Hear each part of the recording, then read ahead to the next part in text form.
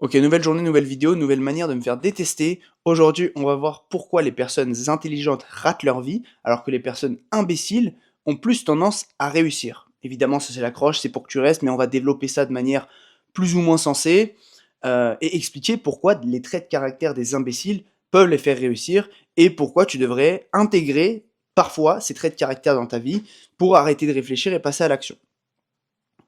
Toute ma vie, j'ai construit une image de la réussite, j'ai projeté une image de la réussite comme étant quelque chose réservé aux gens intelligents. Quand je dis intelligent, je vais pas développer ici qu'est-ce que l'intelligence, je vais pas donner une définition ultra précise parce que tout le monde va me dire en commentaire oui, mais l'intelligence c'est différent selon les domaines, selon machin. Ok, on va dire que l'intelligence c'est le fait d'avoir beaucoup d'informations, d'avoir une bonne culture générale et de savoir articuler les informations entre elles. Voilà, on va dire c'est la définition la plus simple et la plus admise par le plus de gens. Donc, pour le propos de cette vidéo, on va dire que l'intelligence, c'est ça. Et les gens un peu stupides, c'est l'inverse. Des gens qui n'ont pas trop d'informations, pas de culture générale, qui ont du mal à articuler des idées, etc. Donc toute ma vie, j'ai développé cette idée de la réussite comme étant liée à l'intelligence. Plus j'ai avancé dans ma vie, plus j'ai rencontré des personnes qui sortaient de cette vision que j'avais de la réussite. Des personnes qui n'étaient pas forcément brillantes, voire pire, des personnes qui me paraissaient, quand je leur parlais, stupides.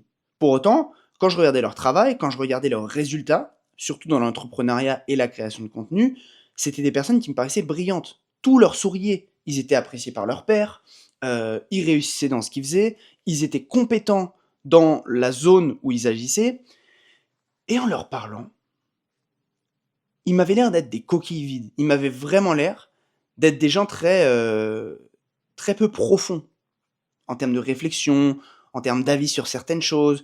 Bref, ils me paraissaient pas avoir la lumière à tous les étages. Je pense que tu comprends, des fois tu parles à des gens et tu sens dans leur manière de parler, tu vois qu'ils ont pas la lumière à tous les étages. Je dis pas que je suis quelqu'un de brillant, loin de là. Je suis pas, je suis pas, je suis pas un prix Nobel, je suis pas archi intelligent, mais je considère quand même que j'ai une certaine intelligence dans plusieurs domaines, on va dire. C'est ce que la vie m'a montré. Au bout d'un moment, pour tirer des conclusions, tu es obligé de voir ce que la vie te renvoie. Et de par les remarques que j'ai eues de gens dans différents domaines, de par ouais, les discussions que j'ai eues avec d'autres gens, etc., j'ai compris que j'étais pas bête, quoi. Je suis pas archi intelligent, mais je suis pas bête. Donc, je parlais à ces gens et je me disais, mais purée, il y a quelque chose qui va pas, quoi. Et ça bloquait. Je me disais, mais ils doivent avoir quelque chose. Ils doivent être brillants et je dois rater quelque chose. Et en fait, je ne ratais rien. Et justement, le fait qu'ils soient un peu bébêtes, ça participait à leur réussite. Et en fait, c'est logique. Quand tu prends du recul sur ça, c'est très logique. Parce que, en général, il y a une phrase que j'aime bien, c'est la réussite se nourrit de la vitesse d'exécution. Plus tu exécutes vite quelque chose, plus tu vas avoir des feedbacks, plus tu vas essayer de choses différentes, plus du coup tu vas échouer vite, plus tu vas pouvoir effacer des chemins de ce qui marche pas, plus tu vas itérer en fait, et plus tu vas avoir des feedbacks de la réalité récurrents. Parce que tu essayes beaucoup, tu essayes beaucoup, tu essayes beaucoup. Et ça, c'est un critère qu'on retrouve énormément chez les personnes qui ont peu d'informations. Il y a un effet en psychologie qui s'appelle l'effet Dunning-Kruger. Pour simplifier, je ne sais pas si je mettrai un schéma, peut-être que oui, peut-être que non, je ne fais pas de montage sur ces vidéos, mais pour simplifier, plus tu connais un sujet, plus tu te rends compte que tu ne sais rien sur ce sujet. Au début, enfin, il y a toujours une courbe où au début, on a une sorte de montagne de la stupidité où on a un degré de confiance énorme en un sujet parce qu'on s'y connaît pas beaucoup. On pense qu'on est des experts, et plus on s'y connaît, plus le degré de confiance baisse, jusqu'à après, évidemment, quand on devient expert, jusqu'à se stabiliser et remonter un peu. Mais en gros, beaucoup de gens stupides restent dans cette zone où ils ont extrêmement confiance, avec peu d'informations.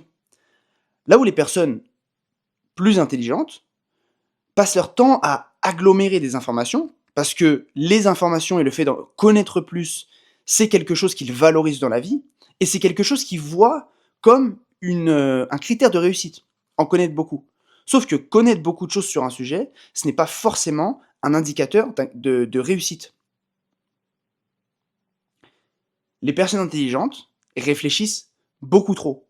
Les personnes intelligentes attendent toujours l'information de plus. Les personnes intelligentes, avant de se lancer dans un projet, avant de se lancer dans la création de contenu, avant de se lancer dans n'importe quoi, veulent un framework précis, une stratégie précise. Les personnes stupides foncent dans le tas. La personne stupide, tu lui dis, pardon, pour avoir des résultats sur Instagram, il faut que tu postes quotidiennement. Elle va prendre l'info, elle va le faire. La personne intelligente, elle va se dire: «Ah mais oui, mais moi, ce que j'avais envie de faire, c'est tel format, tel concept, parce que ça me parle vraiment en termes de valeur et puis, finalement, ce concept-là, je pourrais pas le faire tous les jours, je pourrais le faire que 3 fois par semaine et donc, on passe déjà à 7 fois par semaine à 3 fois par semaine, puis les 3 fois par semaine, puisqu'elle a envie d'analyser bien les statistiques tous les jours, elle a envie d'optimiser tout le temps, donc en fait, elle arrive pas à tenir son rythme des 3 fois par semaine parce qu'en plus, ça vient avec du perfectionnisme, elle commence à vouloir le truc le plus parfait possible, etc. Et en fait, par exemple, elle finit par publier 2 fois par semaine, et rien que sur un mois, t'as la personne intelligente qui a publié 28 fois, là où la personne un peu plus stupide qui a publié 28 fois, là où la personne intelligente a publié 8 fois. Je suis pas très bon en maths, mais ça fait je sais pas combien de fois plus. Ça fait plus de 3 fois plus. Plus de 3 fois plus. Donc en gros, la personne stupide, elle a eu plus de 3 fois plus de feedback que la personne intelligente. Donc à la fin, qui s'y connaît le mieux sur Instagram? La personne qui était dans le perfectionnisme et qui était en mode ouais, mais tu sais, je vaux plus que tel. Tu sais, les gens qui ont une fierté sur ça, je vais prendre la création de contenu, mais les gens qui ont une fierté sur ça, euh, ils sont très arrogants, en fait. Ils ont ce truc de ouais, tel format fonctionne, mais moi, je vaux plus que ça. C'est un peu ça, ils le disent pas clairement, mais il y a un peu ce truc de je vaux plus que ça. Parce qu'ils sont brillants, effectivement. Par exemple, les gens très créatifs sur les réseaux, les gens qui font des très belles vidéos, c'est des gens brillants. C'est des gens qui sont excellents à faire de belles vidéos, à raconter des belles histoires et tout. Mais ces gens-là, ils publient une fois par mois. Une fois par mois. Et le reste du temps, c'est ouais, mais j'ai la paralysie, la feuille blanche, j'ai le syndrome de l'imposteur, j'ai je sais pas quoi. Parce qu'ils passent leur temps à réfléchir, parce qu'ils veulent le truc parfait en permanence. Là où le gars stupide, parenthèse pour le moment, j'utilise stupide parce que voilà, t'as compris. Vois pas ça de manière binaire, vois ça comme un spectre, c'est toujours pareil. Il y a des gens plus extrêmement intelligents, il y a des gens extrêmement stupides, et tout le monde est un peu dans des entre-deux. Mais on va dire que les gens qui sont plus du côté stupide du spectre, qui sont plus du côté vas-y, j'agis, bah ils amassent plus d'informations. Ils amassent plus d'informations. Ils ont moins peur. Ils se lancent. Ils se disent pas qu'ils vont déranger. Ils se disent pas que ça va être la honte de faire 300 vues sur leur premier réel. Ils s'en foutent. On leur a dit tu vas publier 7 fois par semaine, ils publient 7 fois par semaine.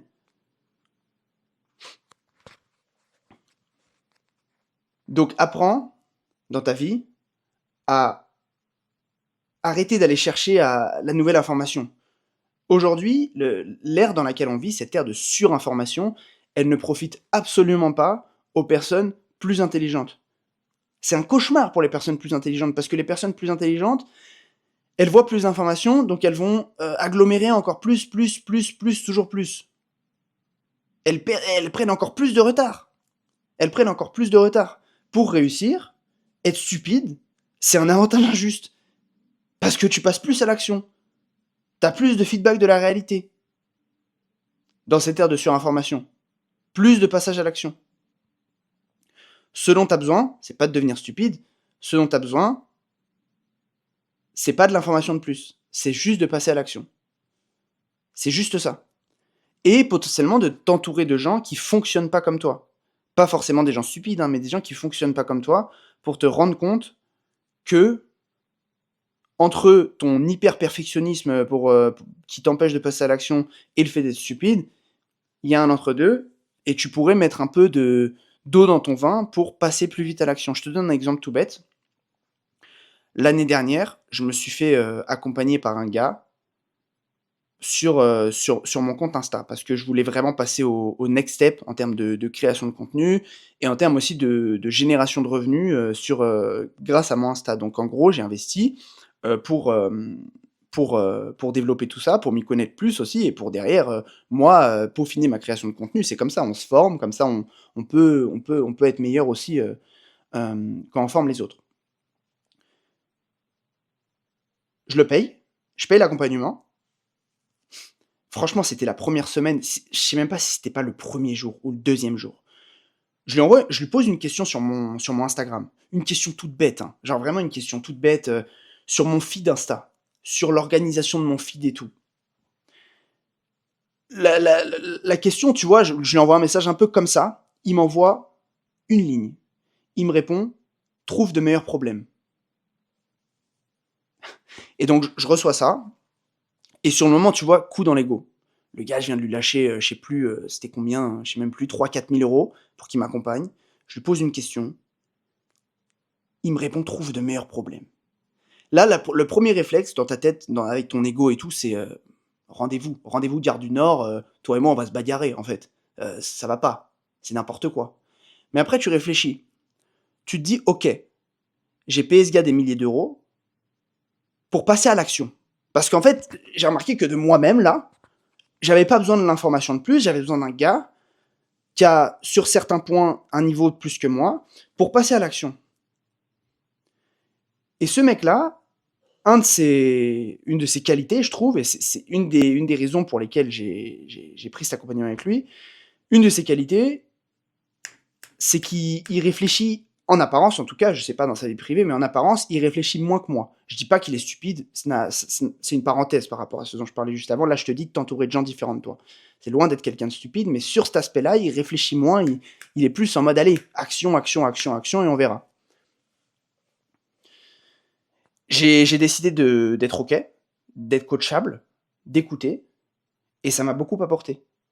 Parce que, en gros, j'ai écouté ce truc. Quand il m'a dit ça, j'aurais pu le prendre mal. J'aurais pu lui dire: «Écoute, je t'ai payé il y a, je sais pas, encore une fois, 2 – 3 jours. Vas-y, rembourse-moi, on n'en parle plus, tu me parles trop mal», réaction d'ego, tu vois? Réaction classique d'ego. Mais en fait, je me suis dit non, je me suis dit: «OK, il fonctionne pas comme moi». Contrairement à beaucoup de gens qui m'entourent, beaucoup de notamment créateurs de contenu qui passent leur temps à vas-y, tu vois? Moi, je suis entouré de gens qui passent leur temps à faire de la masturbation intellectuelle sur ce qu'ils pourraient potentiellement poster, mais qui postent jamais. Là, il y a un mec qui me dit, en gros, hein: «Ferme ta gueule, agis et trouve des meilleurs problèmes que ça». Bah, écoute, je peux te dire que j'ai trouvé des meilleurs problèmes et que, mon CA, mon audience, ma création de contenu, sont partis en flèche. Ça m'a Tu vois, cette phrase, elle m'a un peu fait un déclic et donc je te conseille de t'entourer de gens qui, parfois, n'ont pas le même degré de perfectionnisme que toi sur certaines choses.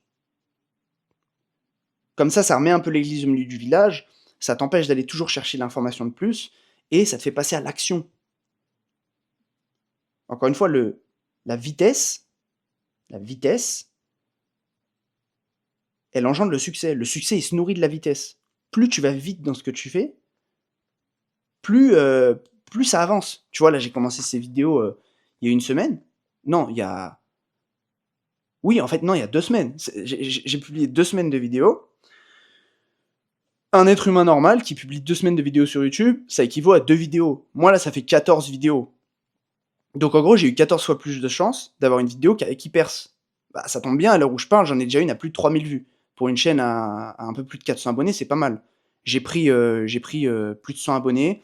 J'ai une vidéo à plus de 3000 vues qui continue en plus à monter. Parce que, ok, j'ai toutes les autres à 200 – 300 vues, mais il y en a une qui fonctionne, qui m'apporte déjà beaucoup de trafic, qui m'apporte des clients potentiels pour mon accompagnement. Et surtout, je capte. Je me dis, ok, cette vidéo-là, peut-être qu'il y a quelque chose à faire par rapport au sujet, par rapport à ce que je dis dedans, par rapport. Tu vois, j'ai énormément de métriques pour moi, de mon côté, itérer.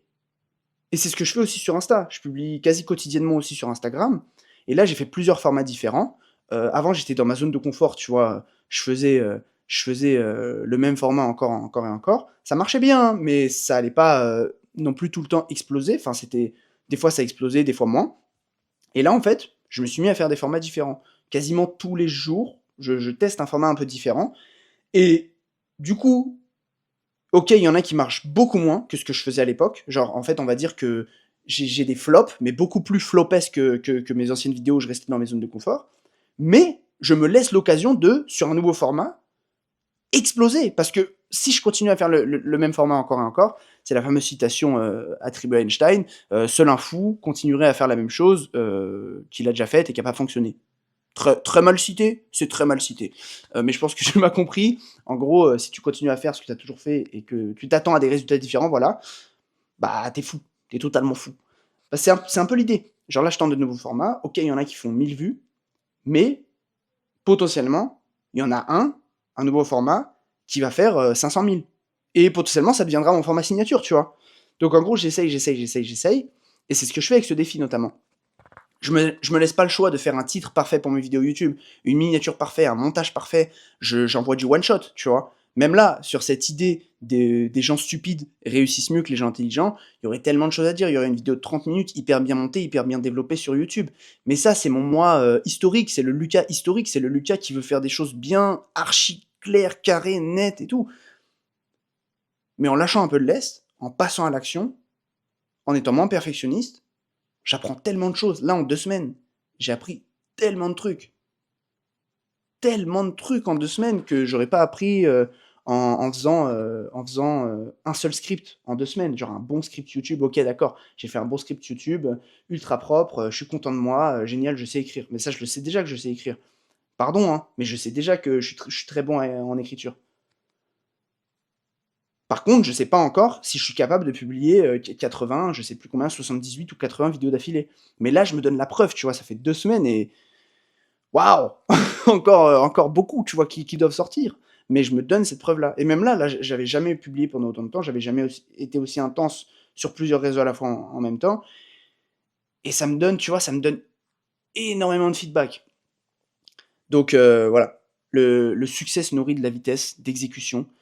Exécute vite, lâche le perfectionnisme, arrête de dire qu'être perfectionniste, c'est un avantage. C'est loin d'être un avantage dans la plupart des cas. Arrête la masturbation intellectuelle. Vraiment, le truc de ouais, mais ça, c'est parce que tu vois, tu vois, je veux un truc vraiment parfait, je suis intelligent, je veux bien analyser, je veux un beau montage. Ok, ok, c'est bien, hein, t'as des envies, mais pour le moment, qu'est-ce que t'as fait? Qu'est-ce que t'as fait jusqu'ici? Est-ce que t'as publié une vidéo? Est-ce que t'as publié 2 vidéos? Est-ce que t'as lancé ce business? Ou est-ce que c'est juste un Google Doc où t'es en mode vous avez vu, ça va marcher, hein. Ça va vraiment marcher, les gars, je vous le dis. Ça, c'est l'avenir. Parce que ça vaut rien. Ton Google Doc, il vaut rien. Ton plan de vidéo sur 12 semaines que t'as jamais commencé, il vaut rien. Ton ouais, mais si je me lançais sur les réseaux, c'est sûr que je pourrais percer, je suis vraiment meilleur que les gens que je vois, le contenu est médiocre, ça vaut rien. Parce que les gens que tu vois qui font des vues sur les réseaux, qui ont des abonnés, etc., eux, ils passent à l'action. Alors peut-être que tu te considères moralement, intellectuellement supérieur à eux, mais eux passent à l'action. Et eux ont des résultats. Passe à l'action, quel que soit le domaine. Si tu veux passer à l'action sur de la création de contenu, en 3 mois, vis de la création de contenu. Quoi que tu fasses aujourd'hui, dans 3 mois, tu auras un revenu stable grâce à la création de contenu. Premier lien en description pour prendre un appel d'audit avec moi. 1 heure gratuitement, on discute ensemble de tes problématiques, d'où tu veux aller, de ce que tu as fait jusqu'ici. Et on voit potentiellement si tu veux partir sur un accompagnement avec moi. Et dans 3 mois, tu seras intentionnel. Grâce à la création de contenu, tu auras une vie intentionnelle. Tu seras libre et tu pourras en vivre. À demain. Ciao, ciao.